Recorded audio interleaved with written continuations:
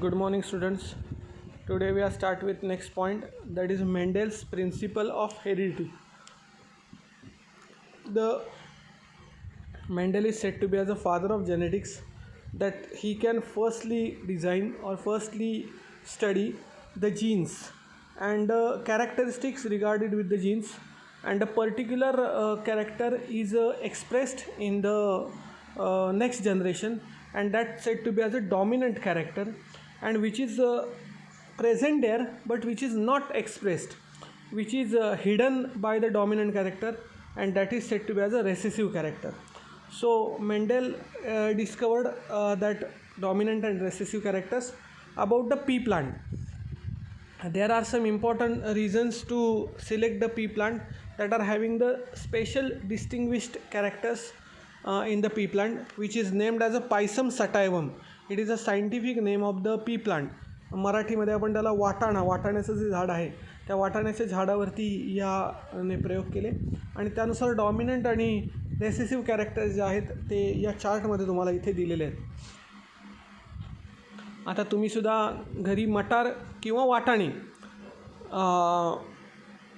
Immature स्टेजमध्ये त्याला आपण मटार म्हणतो, आणि जेव्हा ते आपण वाळवून परिपक्व करून ठेवतो, स्टोअर करून ठेवतो, तेव्हा त्याला आपण वाटाणा म्हणतो. तर त्याच्या संदर्भातले हे कॅरेक्टर तुम्हीसुद्धा घरी असताना पडताळून पाहू शकता. उदाहरणार्थ आपण मटार जर आणली तर मटारमधले बरेचसे जे दाणे आहेत ते भरलेले असतात.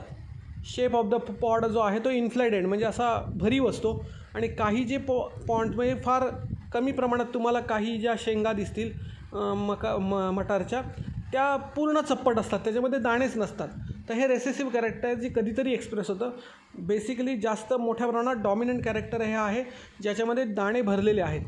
शेप ऑफ द सीड पण तुम्ही पाहिलात तर तुम्हाला बरेचसे मटारचे दाणे ते एकदम गोल गोल मिळतात, पण काही मटारमध्ये किंवा काही वाटाणे जे आहेत ते तुम्हाला असे सुरकुतलेले दिसतील, रिंकल्ड असे दिसतील. तर असे त्याच्यामध्ये हे कॅरेक्टरिस्टिक्स आहेत. येलो कलर कॉमनली आहे वाटाण्याचा, आणि ग्रीन कलर एकदम ग्रीन कलर जो आहे तो फार रेसेसिव्ह किंवा फार कमी प्रमाणात तुम्हाला पाहायला मिळतो. ह्युमन बिंग्सशी रिलेटेड काही डॉमिनंट आणि रेसेसिव्ह कॅरेक्टर्स पण त्यांनी इथे दिलेले आहेत. फॉर एक्झाम्पल रोलिंग टंग म्हणजे आपली लवचिक जीभ जी सहज बेंड होते ही डॉमिनंटली असते, पण जी काही बोबडी मुलं असतात किंवा बोबडी लोक असतात त्यांच्यामध्ये नॉन रोलिंग टंग असते, जो रेसेसिव्ह कॅरेक्टर आहे. Presence of hair on arm, हातावरती केस असणं हा जनरल कॅरेक्टर आहे, आणि ॲब्सेन्स ऑफ हेअर हा रेसेसिव्ह कॅरेक्टर आहे. आपल्याकडे normally black and curly hairs असतात सगळ्यांचे, ब्राऊन आणि स्ट्रेट हेअर्स हे फार रेअर आहेत, आणि फ्री एअरलोब, बऱ्याचशांचा एअरलोब जो आहे कानाची जी पाळी आहे ती फ्री असते, पण काही लोकांमध्ये रेसेसिव्ह कॅरेक्टरमध्ये ती कशी आहे तर अटॅच आहे, चिकटलेली कानाची पाळी आहे.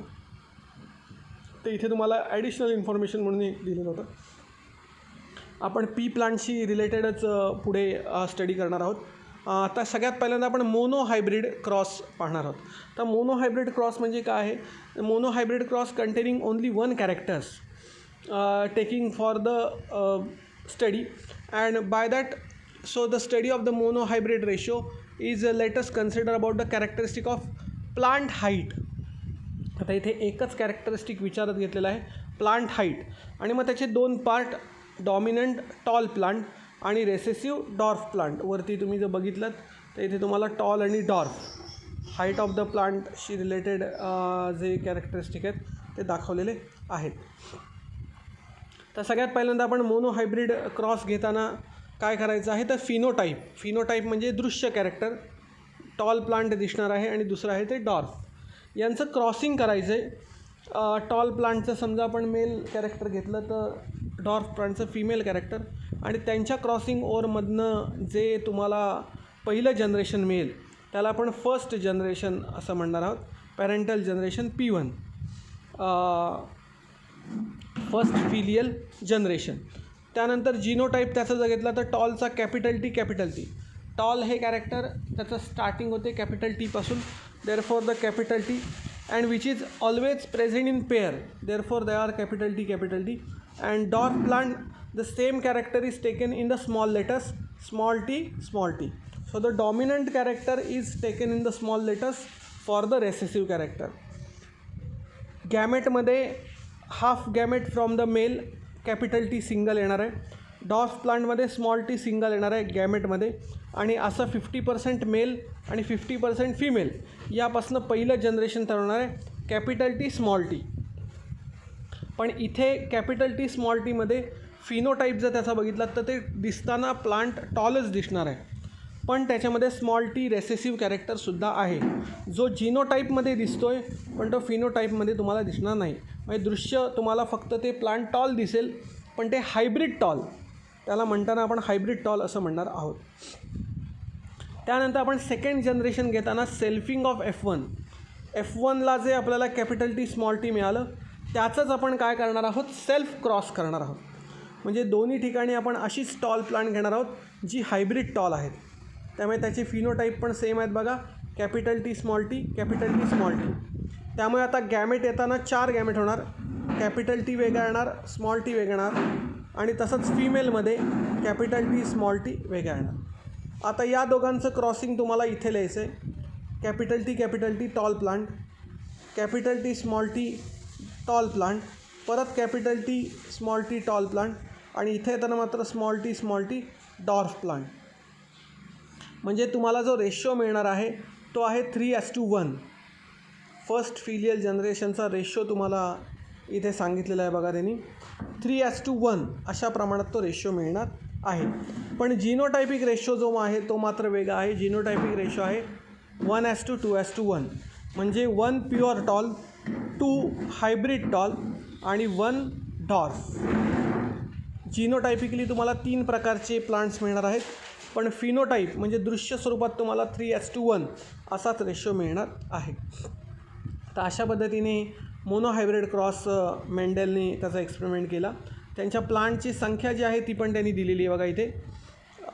मेंडेलने जो एक्सपेरिमेंट केला त्यामध्ये त्यांनी 929 पी प्लांट्स जे घेतले त्यातले 705 टॉल मिळाले आणि 224 प्लांट्स आहेत ते कसे मिळाले, डॉर्फ मिळाले.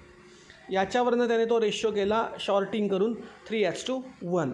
ओके, हे सगळं त्यांनी स्वतः सगळ्यात पहिल्यांदा अभ्यास केलं. Therefore he is honoured as a father of genetics. त्याचं ऑनर फादर ऑफ जेनेटिक्स या पदवीने करण्यात आला. सगळ्यात पहिला जेनेटिक रिसर्च करणारा तो सायंटिस्ट बनला. सेकंडली इथे तुम्हाला डायहायब्रिड क्रॉस दाखवलेला आहे.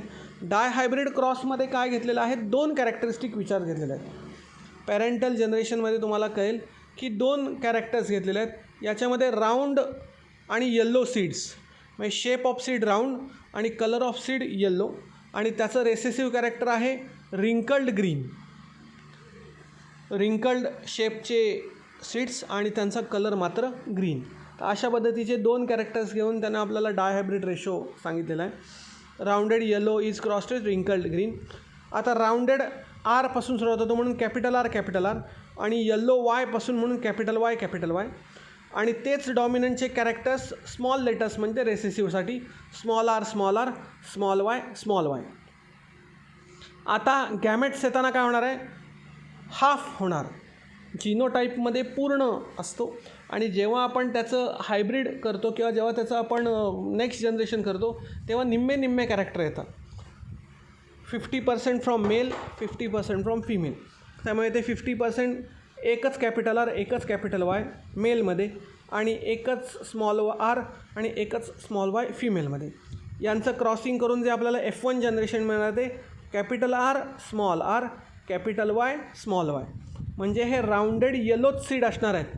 पण कसे आहेत, हायब्रिड राऊंडेड येल्लो अशा प्रकारचे सीड्स असणार आहेत. आता मागासारखं सेम आपण फर्स्ट जनरेशनला जे आपल्याला मिळालं capital R, capital Y, small Y त्याचं सेल्फिंग करणार आहोत. Selfing of F1. Capital R, capital Y, small Y is cross with itself. आता याचे कॅरेक्टर्स किती मिळणार आहेत, 4 प्रकारचे कॉम्बिनेशन्स मिळणार आहेत. ते 4 कॉम्बिनेशन्स घेऊन तुम्हाला इथे एक स्क्वेअर मेथड दाखवले. हे पुनेट नावाचा जो सायंटिस्ट आहे याने ही स्क्वेअर मेथड जी आहे ती इन्व्हेंट केली या इझी स्ट्रक्चरिंगसाठी. सगळ्यात पहिलं combination capital R, capital Y. दुसरं कॉम्बिनेशन कॅपिटल आर बरोबर स्मॉल वाय. तिसरं कॉम्बिनेशन स्मॉल आर बरोबर कॅपिटल वाय आणि चौथं कॉम्बिनेशन स्मॉल आर बरोबर स्मॉल वाय. असे 4 कॉम्बिनेशन्स मेलसाठी 4 कॉम्बिनेशन्स फिमेलसाठी. मेलचे कॉम्बिनेशन्स इथे लिहिलेत, सेम तेच कॉम्बिनेशन्स फिमेलचे इथे लिहिले. आता या दोघांचं एकत्रीकरण करून तुम्हाला इथे लिहायचं आहे. Capital R capital R capital Y capital Y, अशा पद्धतीने सगळा अख्खा स्क्वेअर तुम्हाला कंप्लीट करायचा आहे. आणि त्यावेळेला तुम्हाला जो फिनोटायपिक रेशो मिळणार आहे तो तुम्हाला इथे लिहायचा आहे. तो कसा असणार आहे? 9:3, 3:3, 3:1. 9:3, 3:1 म्हणजे 9 round yellow, 3 wrinkled yellow, 3 round green आणि एकमेव प्लांट शेवटचं जे आहे ते मिळणार तुम्हाला जे रिंकल्ड ग्रीन असणार आहे. सो 9:2, 3:2, 3:1 हा तुमचा रेशो आहे डायहायब्रिड रेशोसाठी. कळतं आहे? जिनोटायपिक रेशो मात्र फार मोठा येणार आहे. याचं नंबरिंग तुम्ही करायचं आहे. कॅपिटल आर कॅपिटल वाय हा एकच मिळतो आहे असे मोजून तुम्हाला हा रेशो बनवून लिहायचा आहे. तर अशा पद्धतीने हा डायहायब्रिड रेशो जो आहे तो मेंडेलने सांगितलेला आहे. याच्यामध्ये त्यांनी तुम्हाला प्लांट्सची संख्या दिलेली आहे की कशा पद्धतीने हे टेबल्समध्ये त्यांनी अरेंज केले, शॉर्टिंग केलेले आहेत. त्यानंतर आपला नेक्स्ट पॉईंट जो आहे तो आहे जेनेटिक डिसऑर्डर्स. फार महत्त्वाचा पॉईंट आहे हा सुद्धा, जेनेटिक डिसऑर्डर्स, जो आपण नेक्स्ट पिरियडला पाहणार आहोत. थँक्यू.